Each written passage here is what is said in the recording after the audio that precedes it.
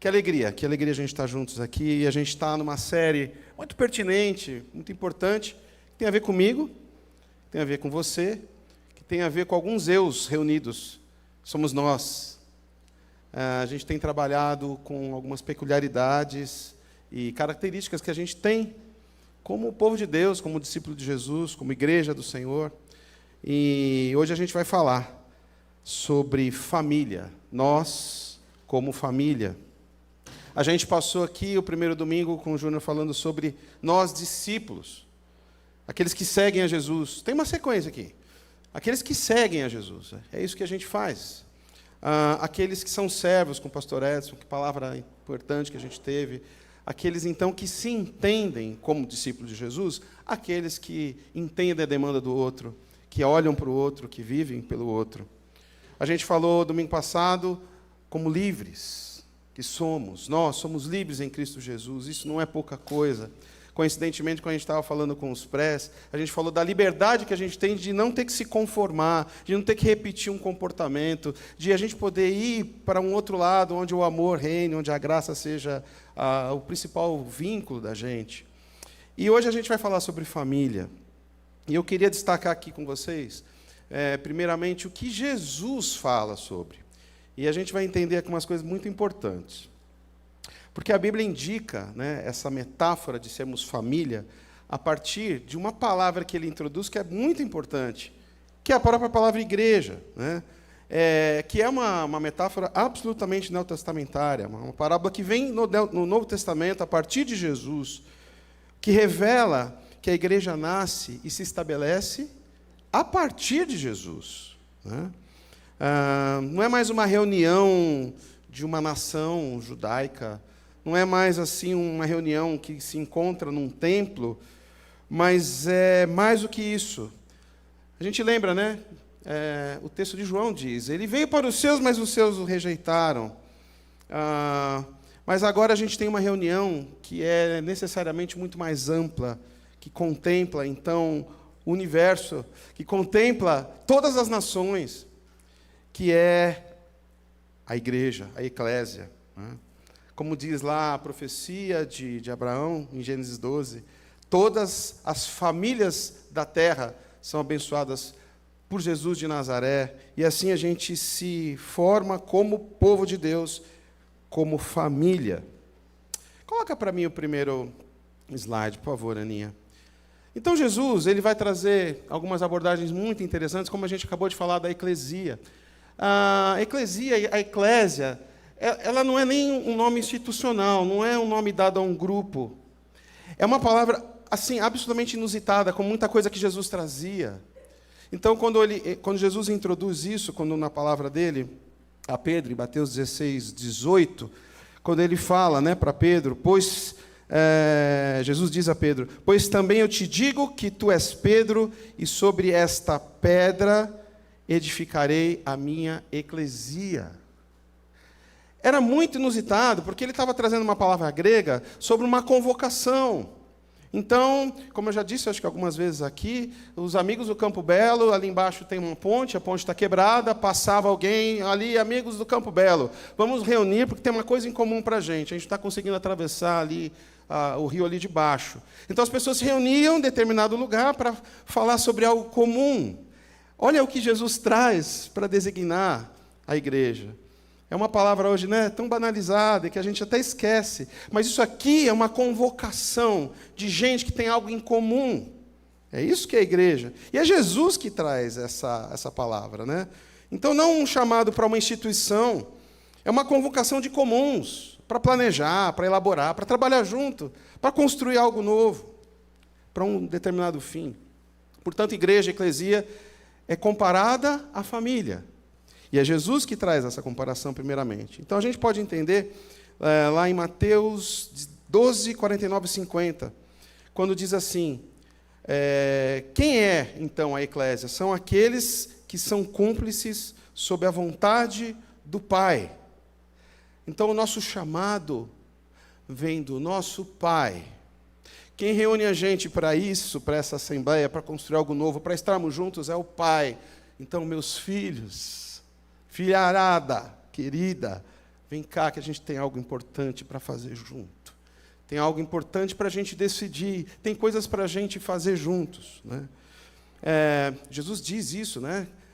Quando se pergunta, cadê o Pai? Fala, está vendo o Pai aqui agora, porque eu estou fazendo a vontade dEle. Enfim, essa ação, esse mover sobre a questão do amor de Deus sobre nós. E essa é a grande, na verdade, mola mestra desse movimento, que é o amor, né? Depois, lá em João 19, 26 e 27, Jesus traz... Isso aqui é uma coisa muito interessante, não é um texto que, corriqueiramente, a gente traz para falar da família da fé, mas lembre-se dessa cena. Jesus está na cruz e ele fala para Maria, mulher, eis aí o teu filho, filho, eis aí tua mãe. Veja que o Deus homem na cruz, nesse momento, como é descrito por Paulo em Efésios 1, eu gosto dessa palavra, apesar dela ser meio difícil, a congruência dos tempos, quando tudo se une ali na cruz, é o momento crucial da nossa fé, o clímax da fé cristã, o nosso momento, o momento onde de fato a gente se encontrou, mais do que nesse domingo. Nesse momento, o que acontece? Céus e terra, então, se fundem na cruz, são aproximados, céus e terra, nessa contundência à obra de Jesus vicária, na morte dele, para resgatar, então, a gente e nos reconciliar com o Pai, nosso Pai. E ele tem uma preocupação com Maria. Muito provavelmente José já poderia não estar vivo, senão João não seria incumbido dessa missão de cuidar. Então se trata de uma viúva. Jesus põe na prática, na hora da crucificação, que para ele era primazia no cuidado daqueles que mais precisam de cuidado, e a mulher viúva naquela época, então, nem se fale. E é a mãe dele. Então, o que acontece naquele momento? A transcendência, né, do eterno e do cotidiano, dos céus manifestos ali no Filho do Homem e o cotidiano, a preocupação de Jesus na cruz, para que aquela família não ficasse sem cuidado. Ou seja, desse evangelho poderoso que está dentro dos nossos lares, que está no caminho do carro para cá, no ensaio, que vai estar amanhã, na segundona tem também Jesus. Ele vai estar lá. O cotidiano que se estabelece, então, isso que a gente chama de espiritualidade, né? Do nosso dia a dia, na escola, em casa, enfim. Jesus preocupado com esse poder e essa transcendência que se ocupa desses lugares mais corriqueiros, mais cotidianos da gente. Interessante, né? São 7 frases que Jesus fala, e uma delas é essa: o cuidado com a família, né? Muito interessante. Então a gente tem, depois, mais tarde, acho que a gente pode passar para o próximo, as referências que o Novo Testamento vai nos dar, principalmente nas cartas de Paulo e outros textos, sobre o que é a igreja como família. Eu vou ler aqui para vocês o texto muito importante, que diz assim, de Efésios 2, 13 a 21. Ele diz assim: agora, porém, em Cristo Jesus, vocês que antes estavam longe, foram aproximados pelo sangue de Cristo. Olha o que nos une aqui. Pois Ele é a nossa paz, o qual de ambos fez um e destruiu a barreira, o muro da inimizade, anulando do seu corpo a lei dos mandamentos expressa em ordenanças. O objetivo dele era criar em si mesmo, nele mesmo, dos dois, um novo homem, e assim estabelecer a paz de fato, e reconciliar com Deus os dois em um só corpo, por meio da cruz, pela qual ele destruiu a inimizade entre as pessoas, entre os povos, enfim. Pois por meio dele ambos temos acesso ao Pai, nosso Pai. A gente é família porque a gente tem o mesmo Pai. Por um mesmo Espírito que nos une.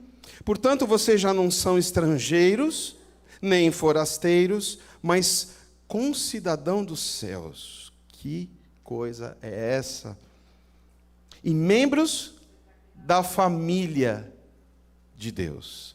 E membros da família de Deus. Essa união mística, essa união que a gente não percebe, ela se estabelece nessa obra de Cristo, nos fazendo um, nos fazendo família, como ele mesmo traz aqui, Paulo. edificado sobre o fundamento dos apóstolos e dos profetas, tendo Jesus Cristo como a pedra angular, no qual todo o edifício é ajustado e cresce para tornar-se um templo santo do Senhor. Não são essas paredes, eu sei que você sabe, mas a gente tem tendência a se esquecer. Eu percebi aqui o movimento santo, porque o Rodrigo tinha dito, né, de alguns amigos, ele sempre fala de vocês, amigos que estão aqui, fala bem, fiquem em paz.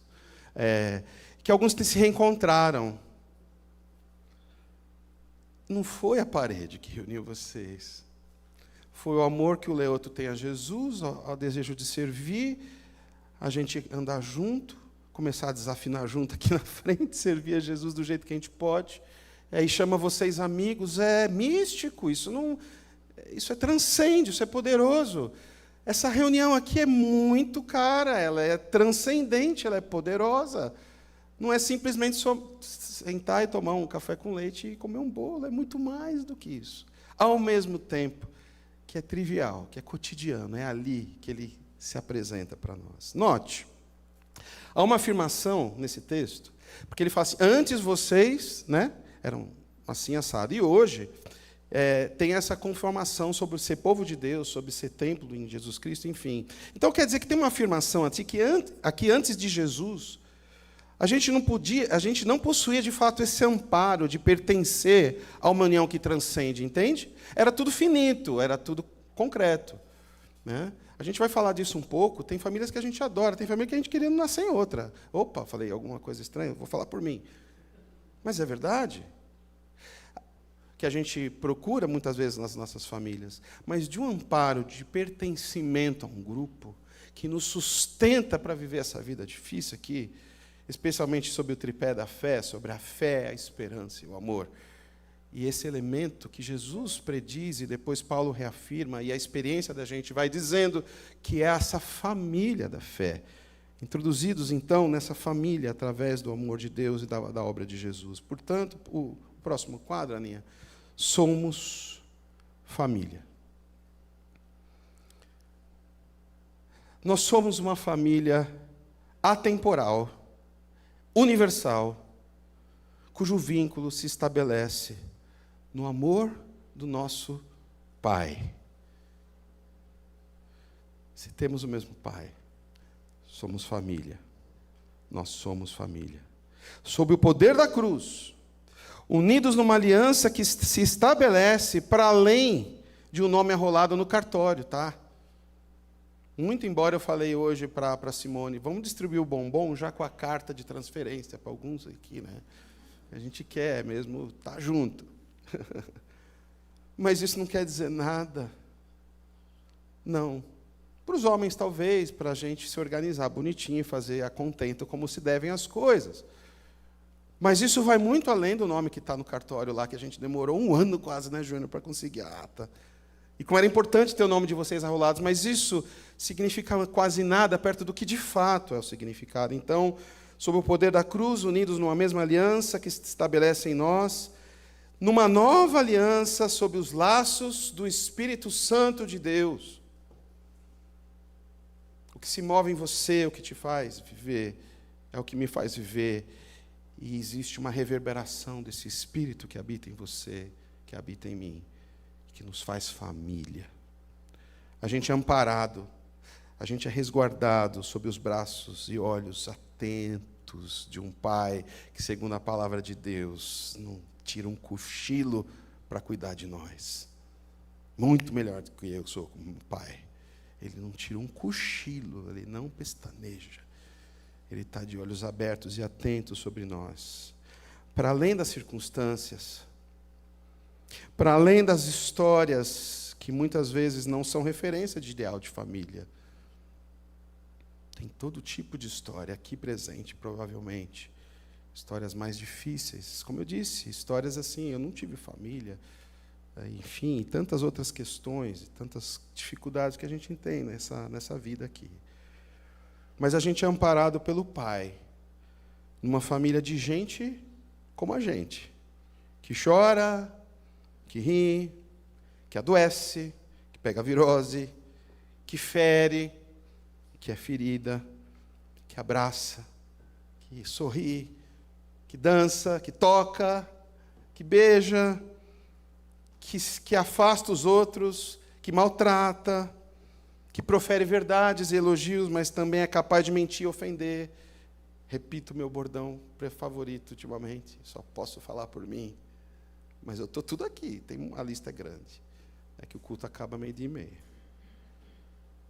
Gente como a gente, é assim que a família é composta. Mas ainda assim, continuamos sendo amparados pela trama da graça do Pai, que nos reúne como filhos e irmãos desse Pai querido, nos seus braços. Essa trama de perdão, essa trama de graça, de acolhimento. Eu trago esse nome de um livro que eu li há muito tempo, do Philip Yancey, que é o Maravilhosa Graça. Um livro referência para a minha história. E eu lembro bem quando ele traz, então, a ilustração do que significa a graça, que é essa trama igualzinha dos trapezistas, que fica assim, estendida diante de um penhasco difícil de subir. E que, por muitas vezes, você está ali indo bem e se estrepa e se arrebenta. E quando você está para se arrebentar, aquela trama te abraça, não é só, ela te abraça. Isso é a graça de Deus. E na hora de te colocar de volta, não vai do começo, te coloca de onde você parou. É nessa trama de graça, como vários trapezistas, que a gente se encontra, abraçados pela graça do Pai. São uma família da trama, do trapezista. Acolhidos, aconchegados, protegidos, livres do mal. Essa é a nossa família. Amém? Amém? Amém. Mas me fala uma coisa, agora chegou a vez de vocês. Quero ver. É brainstorm, não tem palavra correta. Aquela palavra que vem para você, mas eu quero te ouvir.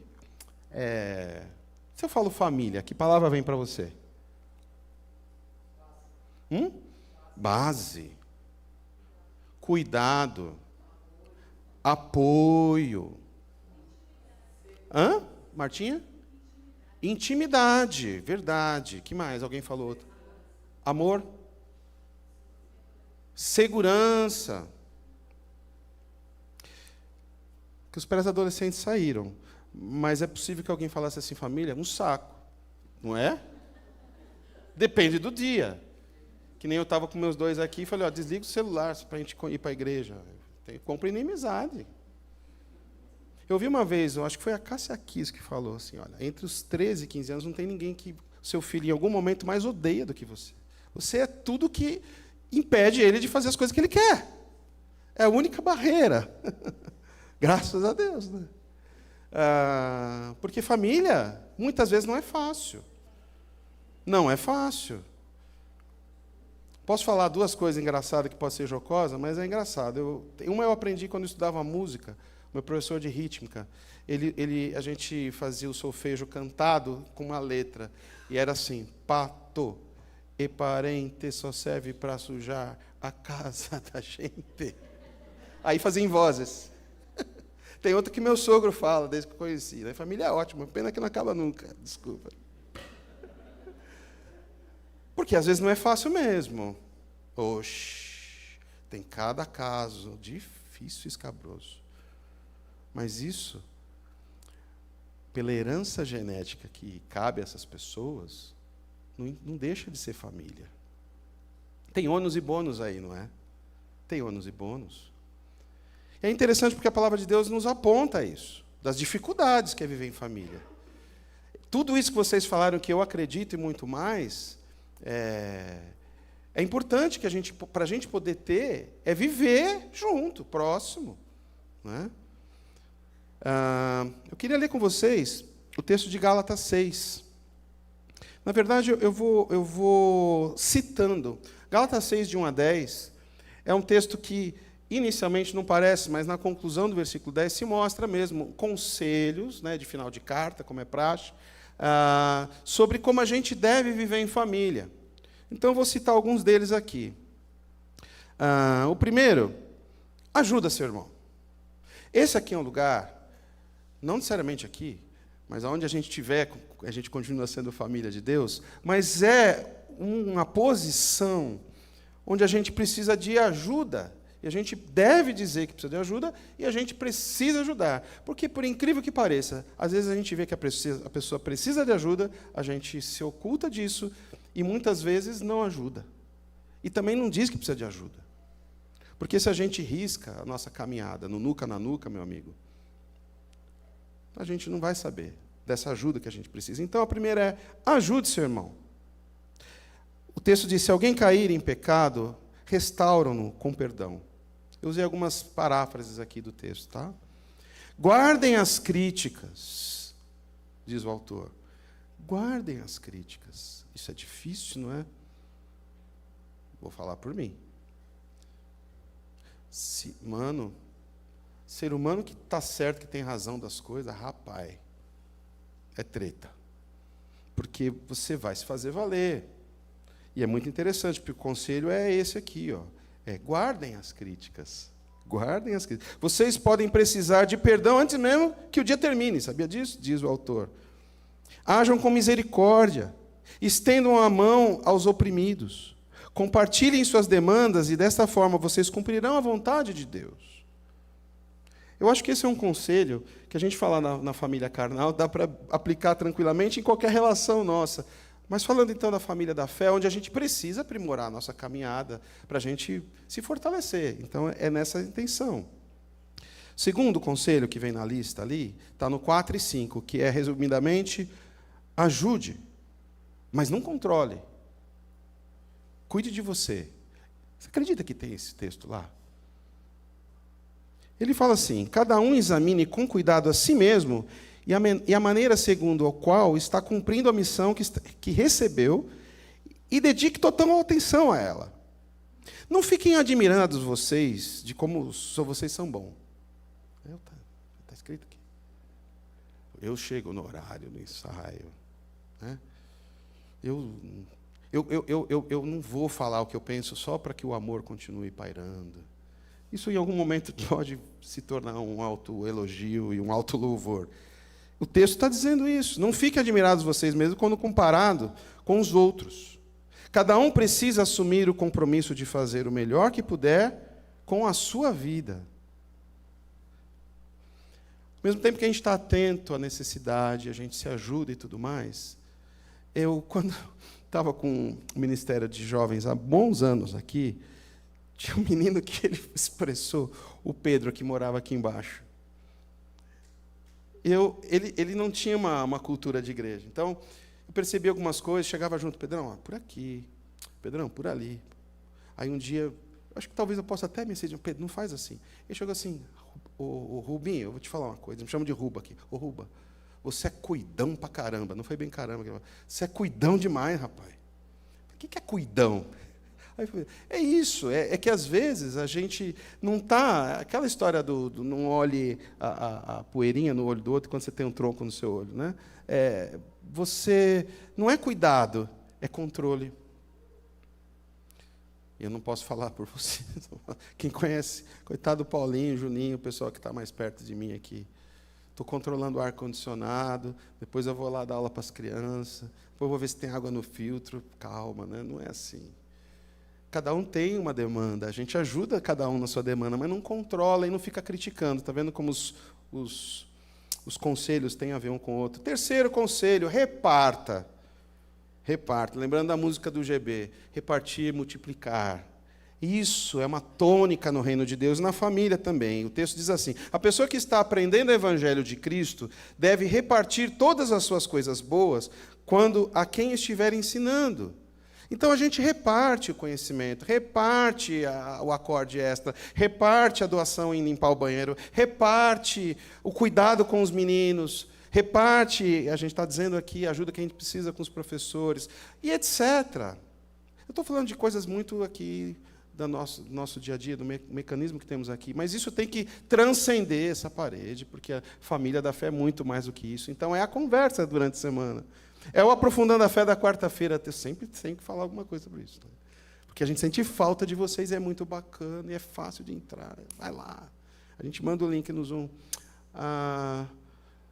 Mas partilhe. Partilhe aquilo que Deus tem dado. A gente não é detentor de nada. É Deus quem nos dá. E tem tantos dons. Tantas coisas que a gente pode fazer. Quarto conselho da lista de Gálatas 6. Semeie e colha o bem. Que conselhaço. Que a gente se esquece. Falar para mim que às vezes eu me esqueço. Não se enganem. Ninguém zomba de Deus. Você já chega chegando aqui. Está querendo achar que Deus... Ele está vendo tudo. O que uma pessoa plantar é isso mesmo que ela vai colher. Se plantar no terreno da sua natureza humana, nesse terreno colherá a morte. Eu escrevi aqui entre parênteses, Ulisses. Essa aqui é o sermão da vida do Ulisses. Ulisses é o nosso tesoureiro. Mostra a mão ali. Quando fala da natureza humana. Olha aí, ó, Galatão, rapaz. Eu não sei se você já falou de Gálatas, mas esse aqui acho que eu tinha que falar sempre. Se plantar plantar no terreno da sua natureza humana, desse terreno colherá a morte. Nossa, é isso? É. A gente é essencialmente egoísta, essencialmente pensando na gente mesmo. A gente constrói para a gente. Até aquilo que a gente faz pensando no outro, muitas vezes é pensando que isso vai trazer de bem para mim. Mas isso é tão batata, gente, né? A Thaís tem vivido um momento difícil lá no trabalho, e ela conta algumas experiências que ela vive lá. E eu acho, querida, que o que você tem visto é gente que tem plantado a discórdia, gente que tem aberto mão da ética, de como fazer as coisas. Aí é só strike em quem está perto. Né? Se eu alimento a minha vaidade, a minha inveja, a gente é assim. Eu sou. O que você plantar, você vai colher. Se plantar no terreno da sua natureza humana, vai colher a morte. Porém, se plantar no terreno do Espírito de Deus, desse terreno colherá a vida eterna. Não nos cansemos de fazer o bem, ele vai terminar os conselhos, pois se não desanimamos, chegará o tempo certo em que faremos a colheita. E ele acrescenta, especialmente com a família da fé. Se você ler esse texto assim de prima, você vai falar assim, mas puxa vida, não é com todo mundo? É com todos. É em todas as esferas da nossa vida, aonde você estiver, esse é o conselho. Mas aqui precisa ser o lugar onde a gente pratica para valer, porque a gente tem o mesmo Pai, uma mesma ordenança, o mesmo amor, o mesmo foco, uma mesma missão, o mesmo Deus, o mesmo batismo, o mesmo Espírito. Eu não sei você, falar de mim, sou tão carente de família da fé. Sou. Como é que você está? Te achei meio cabisbaixo domingo. Está meio fora de moda esse tipo de ligação. O cara sumiu por um tempo, cadê você? Mas estamos aqui, estamos juntos. Ou marca. Vai pedir um pastel, uma cana de... uma garapa e vai conversar com ele. Age, se movimenta nessa direção.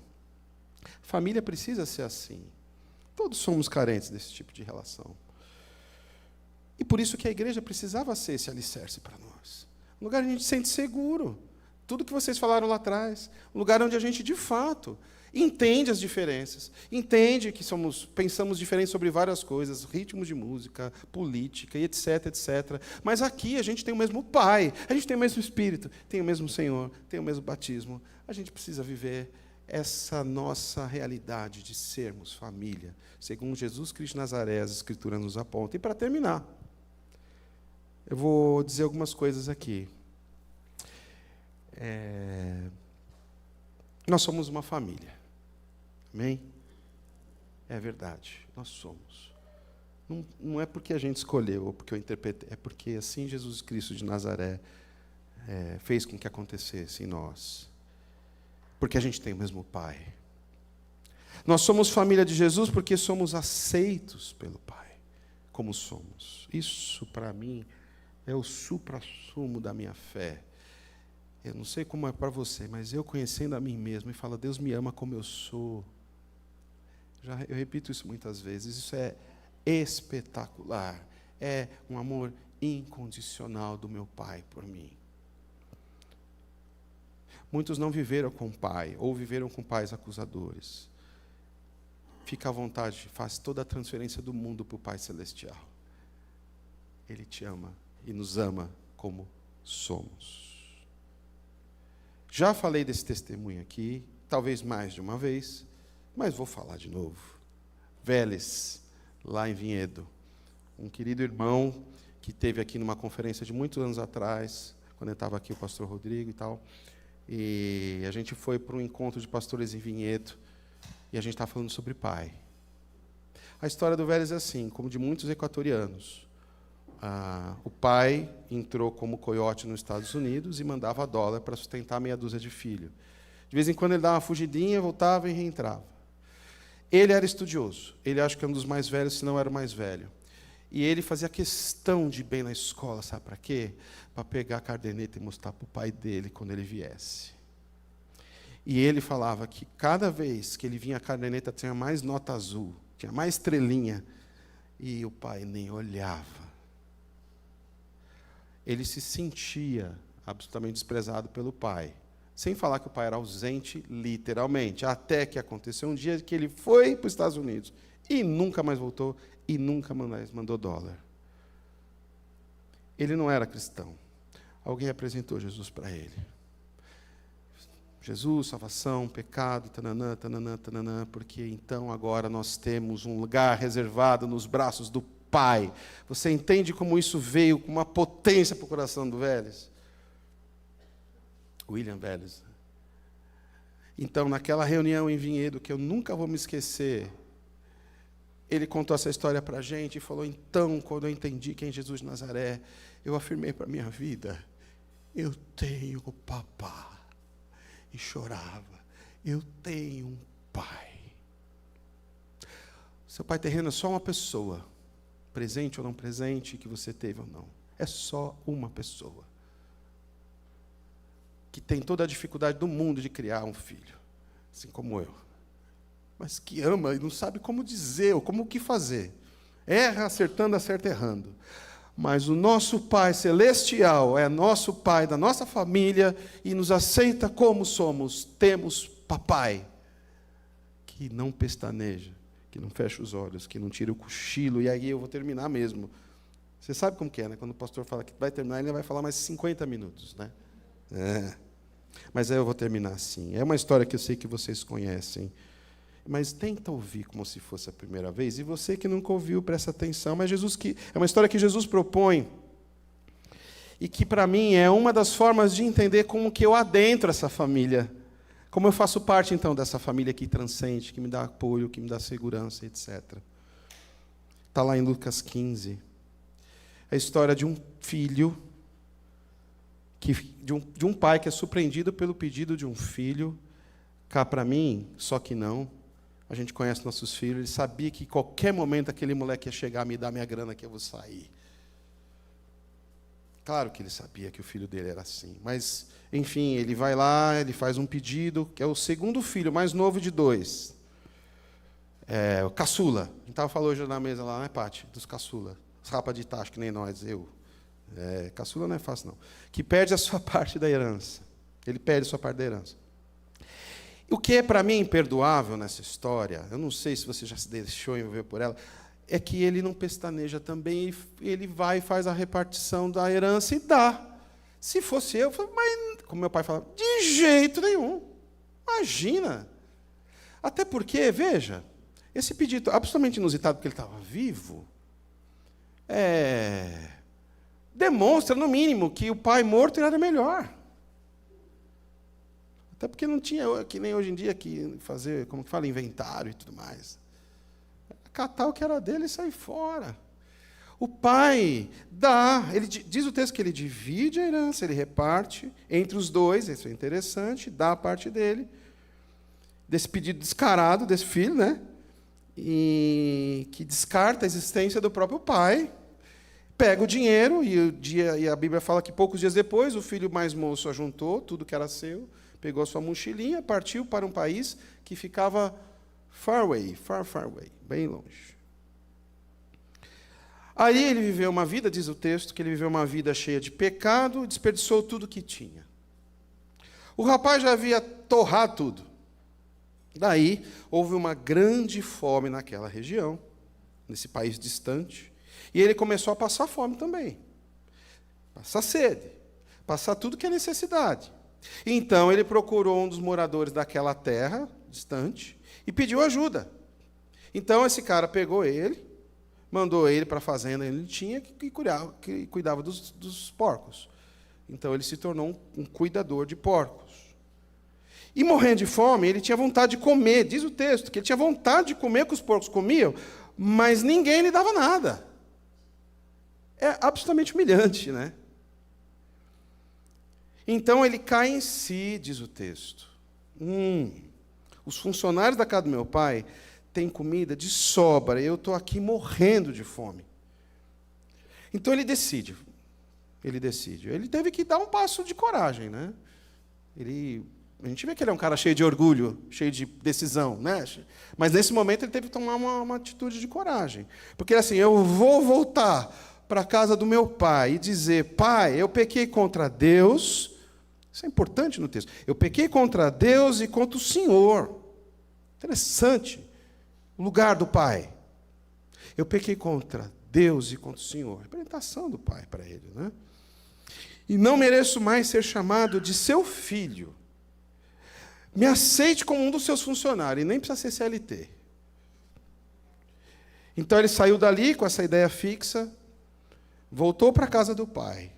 Daí, quando o rapaz ainda estava longe de casa, o pai, talvez ali sentado na varanda da frente da casa, como era comum naquela época, ou até, como diz o GB numa das canções, quem sabe monitorando a possível volta do filho. O texto diz que ele avistou o filho de longe, e com o coração cortado por ver como ele estava, um cara que competia comida de porco, todo rasgado, todo arrepiado e tudo mais. Revistou ele de longe. E diz o texto que o coração partido faz com que ele corra, que ele abra o portão e sai correndo. E encontra com o filho todo estrupiado. E diz que ele abraça o filho. E aí o filho olha para ele, depois dessa cena, não sei quanto tempo demorou isso, né? Mas o filho, então, olha para ele e fala: pai, eu pequei contra Deus e contra o Senhor. Eu não mereço mais que o Senhor me chame de filho.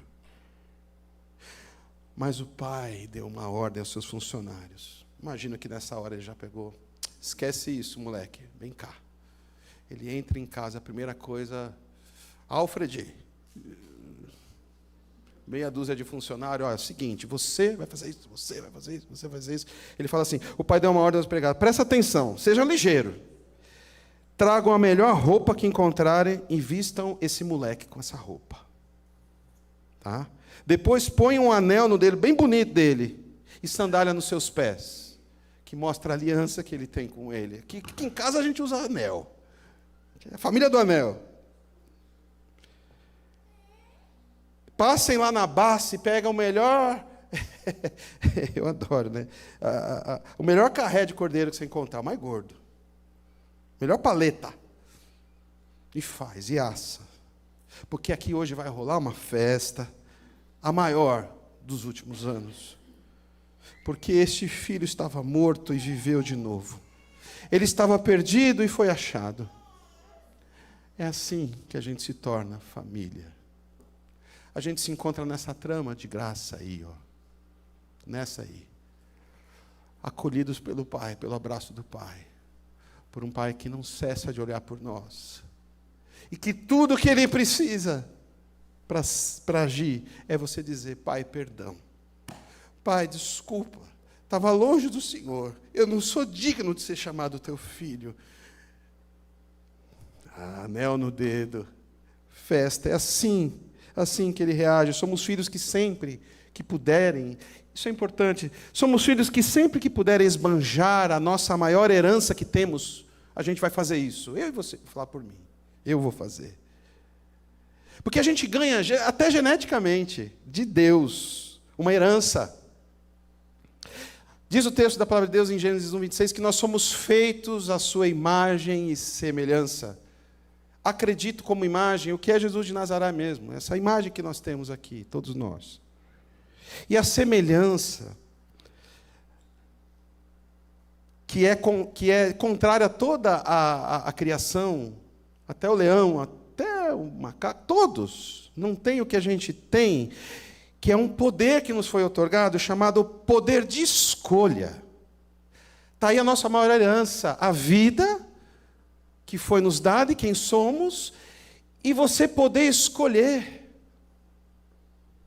Poder escolher. Isso é um dom de Deus, da essência de Deus, que nos é otorgado. E o nosso maior movimento pródigo é desbanjar essa riqueza nas nossas escolhas. O problema não era a quantidade de dinheiro que ele ganhou da herança, mas é essa herança que, agora eu entendo porque ele não falou nada, porque era uma comparação com Deus mesmo. Deus não fica puxando a sua orelha. Aí, ó, tá vendo? Te dou escolha, olha o que você escolheu fazer. Ser palmeirense. Não. Não acontece assim. Você faz aquilo que você quer fazer. Ele é fiel a isso. Né?